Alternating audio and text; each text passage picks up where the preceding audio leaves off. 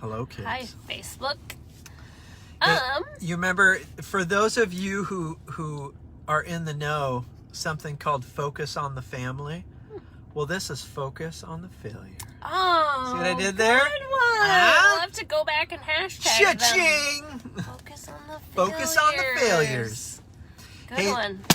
We've been chatting a bit about being, bringing you guys in on our journey to be a little bit more vulnerable and open about our failures, because we believe that failure is how we move forward. Failure is where we grow. So last week we talked about how it is easy to look at us and say, oh, you're health coaches, you're always healthy, you're always going to the gym, you're blah, blah, blah, which is just not the truth. We're human just like everybody else. So I'll start this out by saying we're talking tonight about marriage, okay? And when Beth and I were dating, there was a couple that we used to babysit their kids when we were dating. And we would look at them and we would just be in awe. Like we were so, their name were the Duncans, yeah. And we were just like, oh my gosh, they're incredible. We want to be just like them. We'll never be like them. And I remember they would always tell us, like, listen, we used to live in this junky little one bedroom apartment. We have been through a lot of work. We've made a lot of mistakes. Like, please don't look at us now. I don't know if their vocabulary was comparing their chapter 10 to our chapter 1, but that was definitely their encouragement. Was, hey, we've been married. I mean, at that point, they had probably been married for 15 or 17 years, probably, about where we're at, and we were just engaged, and then their kids came to our wedding. So we're in that stage of life now, right? We've been together 21 years. But we've known each other for 21 years, yeah. No, we started dating when I was 17. I'm 39.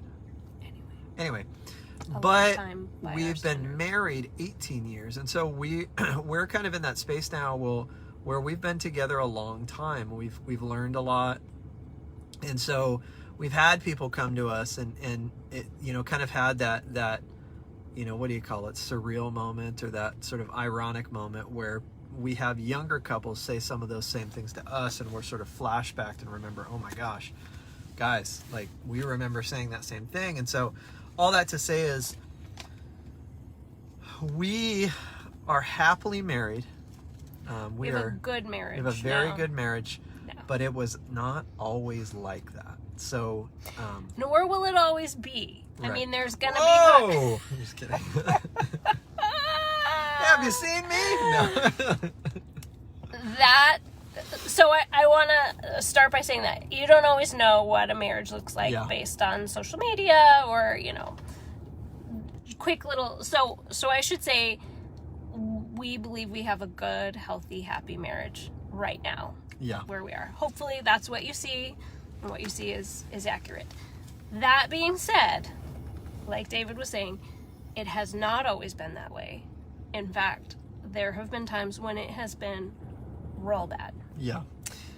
At the very beginning of our relationship, because there were people that didn't think we should be together, we sort of had this Romeo and Juliet mentality. We're like, our love against the world, and that sort of brought us together in our unwillingness to listen to authority and wisdom who was trying to help us.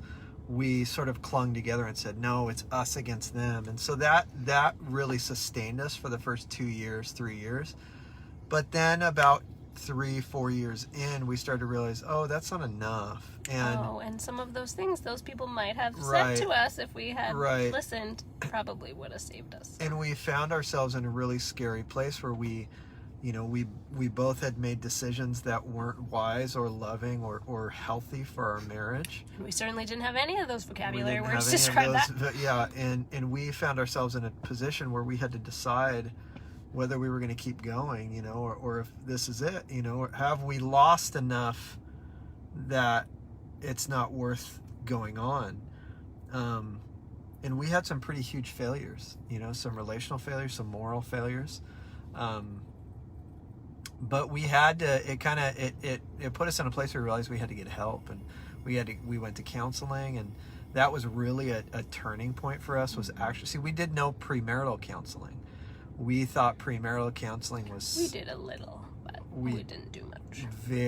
When she says we did like one time in an office. With a couple different counselors, because we were flakes. But we did post-marital counseling because at that point we really had to figure out, okay, if we're going to keep going, we need some serious help. And so that failure that we both took part in, or we both had, was really a catalyst to get the help that we desperately needed as a couple.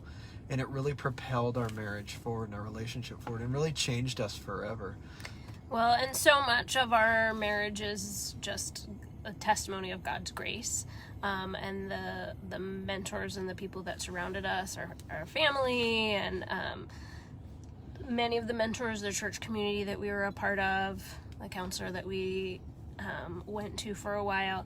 That those pieces really brought us to a point where we could move forward, because not all relationships go that way, and there were some things that we experienced, especially in those early years, that people have separated for less, but also people have stayed together for more, I guess. But the piece of like, okay, we had the tools, we had God's grace, we had forgiveness, we were able to lean into that, and please hear our heart. This is not us saying like, well, if your marriage failed, you gave up or something. I know that's not our business. It's not our business. We know relationships are complex, and we are really not in a position for that. But we do want to say our marriage has taken a lot of work, and it has been mountains of failure that we've built on, and that we have had a lot of guidance and support to turn those into health and strength, and making those obstacles into the way forward for us in our marriage. And we still fight. We still have arguments. We still have disagreements, right? But we have some tools that we didn't have when we were younger to be able to talk those things out and really hear each other. We're different people than we were when we first got married, thank God. My wife got hotter every passing year. But what is funny, though, I will say this, is that there's, what I was talking about earlier about looking at couples and comparing yourself, that's something called comparative reality. And we did that when we were younger, when we were dating, engaged, we had comparative reality complex with the couple, the Duncans. And that's something we still have to work through. We're 18 years in a marriage, and we interact with people that have married 30 years, and we'll go and we go, Ken and Sherry, what's that, 45 anniversary years. Yeah. And we go, oh man, see, we still do that thing. And so it's something we're constantly working on. We're both people pleasers. We're both we love to perform and do well, and so we find ourselves having to remind each other to compare ourselves not with where we are by our losses, but by our gains. Where have we come from? Look how far we've come. And being I've talked about this before, but being careful about inspiration. It is so important to surround yourself with people who are doing the kind of thing that you want to do. Be inspired by somebody who is dreaming a dream, doing the things. Please surround yourself by people that are further. That is inspiration. Yeah. When we get comparative and like, they have it, but I don't have it, hear the difference there. That's really, really important. Inspiration is vital, but comparison, it can be a killer. Steals joy.